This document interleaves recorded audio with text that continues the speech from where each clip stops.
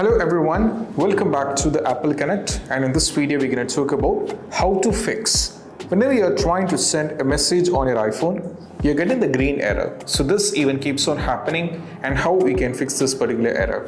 So whenever you're having this particular green message error on your iPhone, you just need to do two things. And the first one is all about you have to make sure the iMessage is turned on or it is not disabled on your iPhone.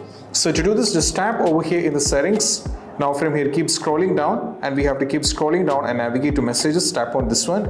Right now, as you can see, the iMessage is turned off. So you have to turn this on. At the same time, whenever you wanted to turn on the iMessage, you have to make sure whether you are connected to the Wi-Fi or you are either connected to the internet connection. So either the Wi-Fi should be connected or the cellular data should be connected. Once it's already done, just turn on the iMessage. And once after the message is turned on, what we need to do is we just need to go back, just tap over here, and afterwards you just need to type a message like randomly. Let me do like this, and you have to send it.